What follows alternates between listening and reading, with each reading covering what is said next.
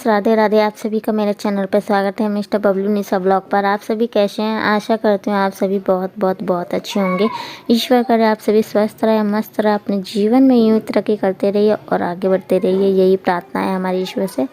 तो good evening friends. तो शाम का समय हो रहा है, तो ये शाम का रूटीन है। तो मैं शाम को क्या क्या करती हूँ, ये सारी चीज़ें आप सभी को मैं शेयर करूँगी। अभी जैसे कि पिछला ब्लॉग ख़त्म हुआ था, उसके बाद मैं ये ब्लॉग शुरू कर दी थी। तो बेडशीट वगैरह मैं आज सब धोई थी, तो अभी लगाई नहीं थी, तो मैं सोची चलो लगा देते हैं। और डुगू को अभी पढ़ाई भी कराना है।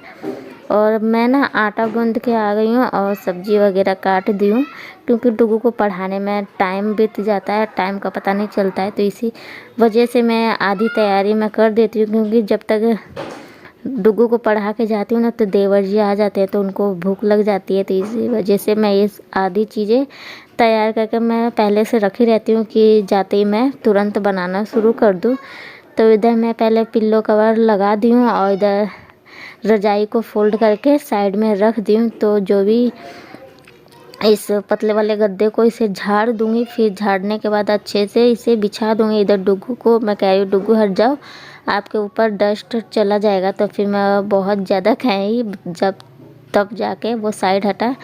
कह रहा था नहीं मम्मी हम नहीं हटेंगे, हम यहीं रहेंगे। तो हम बोले नहीं, आँखों में डल जाएगा, हट जाओ बेटा। तो फिर जाके वो हटा है साइड में, और इधर मैं झाड़ के फिर मैं बिछा दी हूँ अच्छे से। फिर इसके ऊपर से बेडशीट लगा दूँगी। अब तो इतनी ठंड नहीं है, तो मैं सोची चलो बेडशीट लगा देते हैं। अब तक गर्म बेडशीट की इतनी ज़रूरत नहीं है, ज़रूरत है, लेकिन डुगू कह रहा था मम्मी मेरे को ये वाला बेडशीट बहुत ज़्यादा पसंद है, मेरी पसंद का आज बेडशीट लगाइए। तो मैं बोली ठीक है। नहीं तो मैं तो गर्म ही बेडशीट बिछाने जा रही थी। तो डुगू बोला नहीं मम्मी ये वाला नहीं, ये वाला लगाओ, मेरा फेवरेट है प्लीज़ मम्मी। तो वो कहने लगा था, मैं बोली ठीक है चलो यही लगा देते। तो वो पता नहीं डुगू को ये फेवरेट है, उसको ये वाला चादर बहुत ज़्यादा पसंद आता है। तो उसका मन पसंद का बेडशीट लगाई हूँ, तो बहुत ज़्यादा खुश हो गया था। कह रहा था थैंक यू मम्मी मेरे पसंद का लगाने के लिए।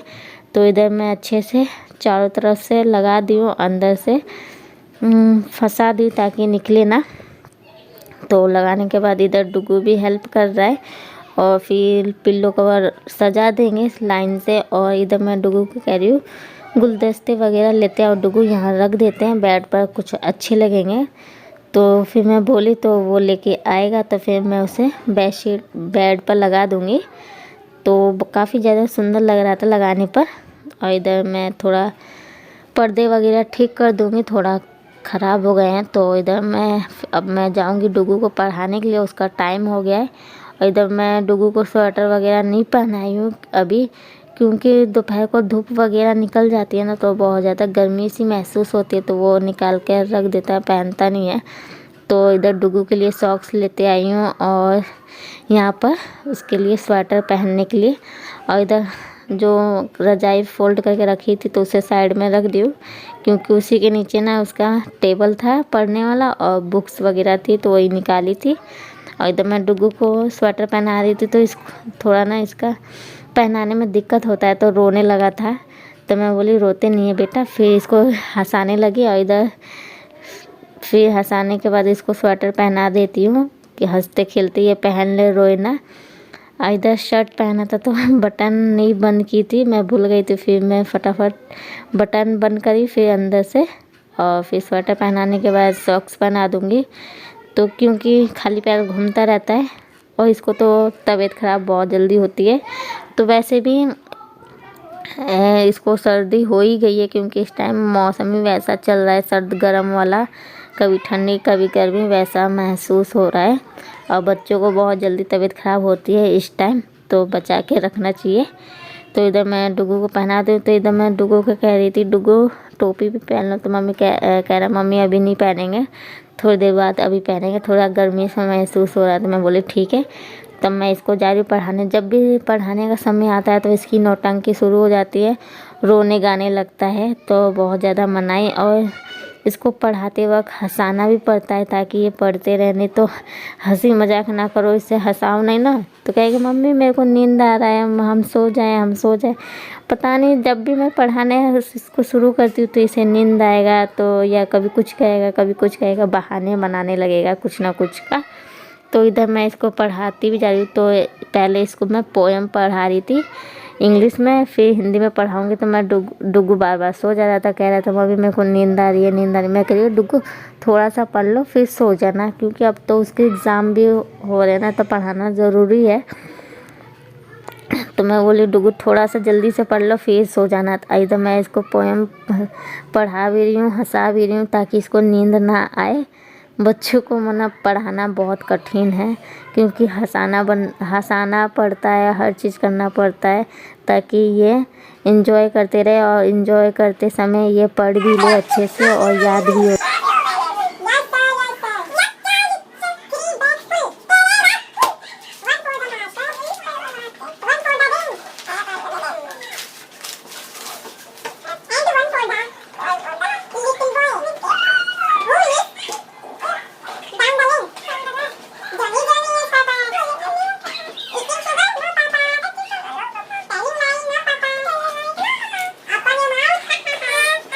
सो फ्रेंड्स, वो डुग्गू पढ़ाई करके वो सो चुका है। उसे खाना भी खिला दी थी तुरंत, क्योंकि उसे आ रही थी नींद, और उसके पैरों में एक पैर दर्द करता है, एक पैर दर्द नहीं करता है।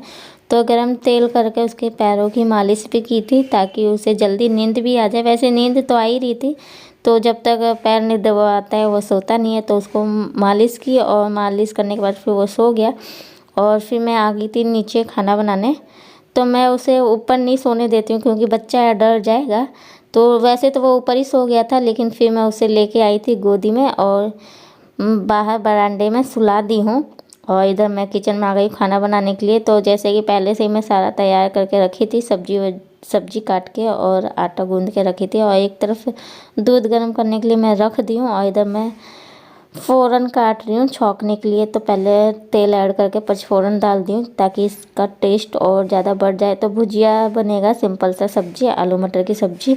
और इसमें थोड़ा सा ना मैगी मसाला डाल दूँगी, यप्पी वाला। बहुत ज़्यादा टेस्ट इसका बहुत ज़्यादा बढ़ जाता है मैगी मसाला ऐड करने से भुजिया में। तो एक बार आप सभी बना के ज़रूर देखिएगा इस तरीके से। तो इधर प्याज, लहसुन, हरी मिर्च, ये सारी चीज़ें काट के मैं डाल दी हूँ, और ब्राउन होने तक इसे भूनते रहेंगे, जब तक मैं टमाटर को कट करके रख लूँगी। तो भुन जाएगा तब मैं टमाटर को भी ऐड कर दूँगी थोड़ा सा। तो भुजिया में टमाटर डालो तो टेस्ट और ज़्यादा बढ़ जाता है। और थोड़ा मेरा कैमरा ख़राब है तो धुंधलापन आता है, तो इसे इग्नोर कीजिएगा। अब व्लॉग को पूरा एंजॉय कीजिएगा, पूरा वॉच किया करिए फ्रेंड्स। तो इधर मैं सब्ज़ी छौंक दूँगी ना, और जब तक मेरा दूध गर्म हो जाएगा, तो दूध गर्म हो जाएगा तो मैं उतार के रख दूँगी। उस साइड में सब्जी वगैरह छौंक के साइड में रख दूँगी बनने के लिए, और इस साइड रोटी वगैरह सेकना तैयार कर दूँगी। तैयार मतलब रोटी बनाना शुरू कर दूँगी। तो पहले तो मैं सब्जी वगैरह छौंक लेती हूँ, और 3-4 पानी अच्छे से मैं धो ली हूँ। धोने के बाद आलू मटर को छान लूँगी, और ये पानी को फेंक दूँगी, क्योंकि भुजिया बनेगा तो पानी का तो ज़रूरत नहीं है, इसी वजह से। तो छान के मैं रख लूँगी, जो भी एक्स्ट्रा पानी होगा निकल जाएगा। और मम्मी जी गई हैं गीत गाने, क्योंकि उनकी फ्रेंड के घर उनकी लड़के की शादी है। तो अभी मतलब गांव में ना 1 हफ्ते पहले से ही गीत गाना शुरू हो जाते हैं। तो गीत गाने गई हैं, अभी है 4-5 दिन शादी के। तो उनकी लड़के की शादी है, तो फिर वहीं गई हैं गीत गाने। और देवर जी गए थे 2-3 दिन पहले वो कुंभ में नहाने। तो वहाँ से बोला गया था कि मैं बोली थी ना प्रसाद लेके आइएगा और गंगा जल। तो गंगा जल मैं भी बोली थी, मम्मी जी भी बोली थी, बहुत बार बोली थी कि भूलिएगा मत, जल ज़रूर लेके आइएगा, जा रहे तो नहाने। तो बोले थे ठीक है, लेकिन इतना बोलने पर भी वो जल ना ही प्रसाद लेके आए और ना ही जल लेके आए। पता नहीं उनको इतना शर्म क्यों आता है कोई चीज़ लाने में या ख़रीदने में, पता नहीं। उनकी शुरू से ही आदत है, कुछ भी मंगाओ ना या भूल जाएंगे या शर्म के मारे ना वो नहीं लाएंगे। और कुछ दिनों में पतिदेव भी जाने वाले हैं नहाने के लिए। वो कह रहे थे कि हम भी जाएंगे नहाने। तो मैं बोली ठीक है चले जाइए, अगर आपका मन है तो। इतने सारे लोग जा ही रहे नहाने के लिए।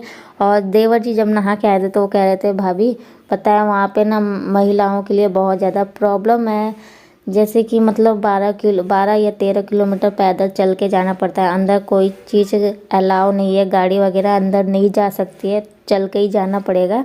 अब बच्चे तो ले जाना और ज़्यादा प्रॉब्लम हो जाएगा, क्योंकि बच्चे तो चल नहीं सकते हैं, तो दिक्कत भी है। और वहाँ पे भीड़ भी इस टाइम तो भीड़ बहुत ज़्यादा कम हो गई है, लेकिन जब नहान का समय था उस टाइम बहुत ज़्यादा भीड़ थी, बहुत ज़्यादा मतलब दिक्कत हुआ था और कुछ हादसे भी हो गए थे, तो तभी से ही मना हो गया। मेला वगैरह भी बहुत कम लगते हैं, तो ख़रीदारी भी नहीं होता है। मेरे ख्याल से कह रहे थे कि ये सब चीज़ें नहीं लग रही है और सब बंद हो गया है। और तो फिर थोड़ा मैं मन खींच ली कि ठीक है नहीं जाऊंगी, डुग्गू भी बड़ा हो जाएगा तभी जाया जाएगा, क्योंकि उसके पापा कह रहे थे डुग्गू अभी छोटा है तो दिक्कत होगी तुम्हें भी और बाबू को भी। तो मैं बोली ठीक है आप ही चली जाइए, मैं जब कभी मौका मिलेगा तो मैं ज़रूर जाऊंगी। अभी शायद भगवान जी का बुलावा नहीं आया है तो इसलिए मैं नहीं जाऊंगी, आप ही चली जाइएगा। तो देखो कब तक जाते हैं पतिदेव नहाने। और इधर मेरा सब्जी छौंक चुका है तो मैं साइड में रख दी हूँ बनने के लिए, और इधर मैं अपना फटाफट रोटियां सेक लूँगी, क्योंकि देवर जी आ जाएंगे तो उन्हें लग जाएगी भूख, तो इसलिए मैं फटाफट बना लेती हूँ। तो चलिए फ्रेंड्स, अगर आप सभी को ब्लॉग पसंद आया तो लाइक शेयर कमेंट सब्सक्राइब जरूर कर दीजिएगा, बेल आइकन को जरूर प्रेस कर दीजिएगा। Bye bye.